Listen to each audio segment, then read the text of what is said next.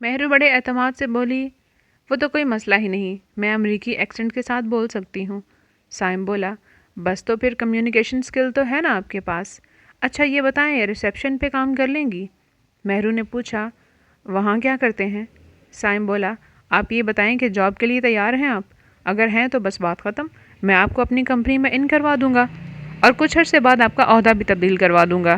مہرو ہچکچاتے ہوئے بولی، آپ کیا کام کرتے ہیں؟ سائم، میرا تعلق فیشن انڈسٹری سے ہے۔ Showbiz, designers, models, brands, magazine اور پتہ نہیں کیا کچھ، سب کچھ دیکھتی ہے ہماری کمپنی۔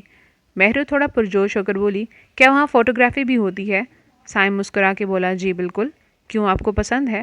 مہرو چہک کے بولی، میرا خواب تھا کہ میں ایک فوٹوگرافر ہوتی۔ سائم بولا، ارے یہ تو بہت اچھا ہو گیا۔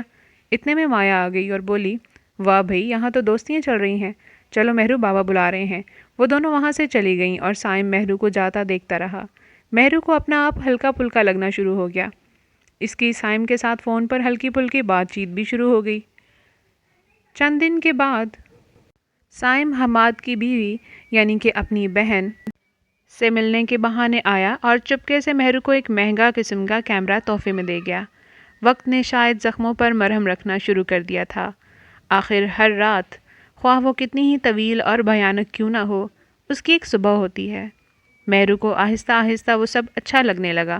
اس نے بے شمار فوٹوز لیں، انہیں سائم سے شیئر کیا اور وہ بھی ہر معاملے میں مہرو کی مدد کرتا، اس کی رہنمائی کرتا۔ حماد نے اسے اپنا پرانا لیپ ٹاپ دے دیا۔ گھر میں وائی فائی تو تھا ہی۔ مہرو نے اپنے آپ کو ایک نئی سمت میں آگے بڑھانا شروع کر دیا۔ وہ اپنی فوٹوز سیل کرتی اور یوں تھوڑی بہت جمع پونجی بھی ہو جاتی۔ نشہ اس نے آہستہ آہستہ اپنی مدد کے تحت خود ہی چھوڑ دیا۔ یوں 1 سال میں اس نے اپنے آپ کو بالکل بدل کے رکھ دیا۔ آخر وہ دن بھی آیا جب اس نے سائم کی کمپنی میں بطور ریسیپشنسٹ نہیں بلکہ بطور اسسٹنٹ فوٹوگرافر جوائن کیا۔ وہ بہت بڑی کمپنی تھی۔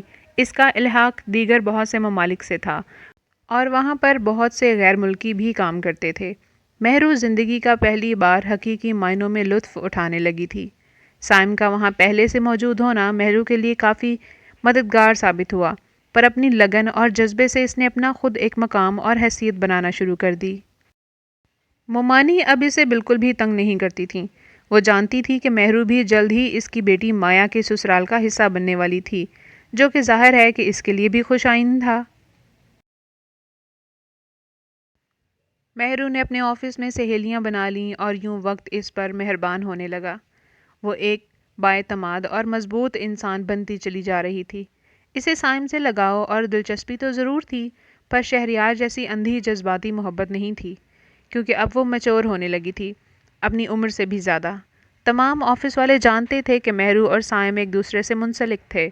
مہرو ماڈلز کے فوٹو شوٹس کرنے لگی۔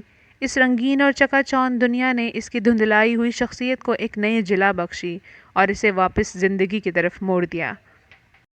مہرو کی اپنے آفس میں ایک ساتھی علیزے سے دوستی ہو گئی، جو کہ ایک سلجھی ہوئی اور خود اعتماد اور ایماندار لڑکی تھی۔ دونوں آپس میں گھل مل گئیں۔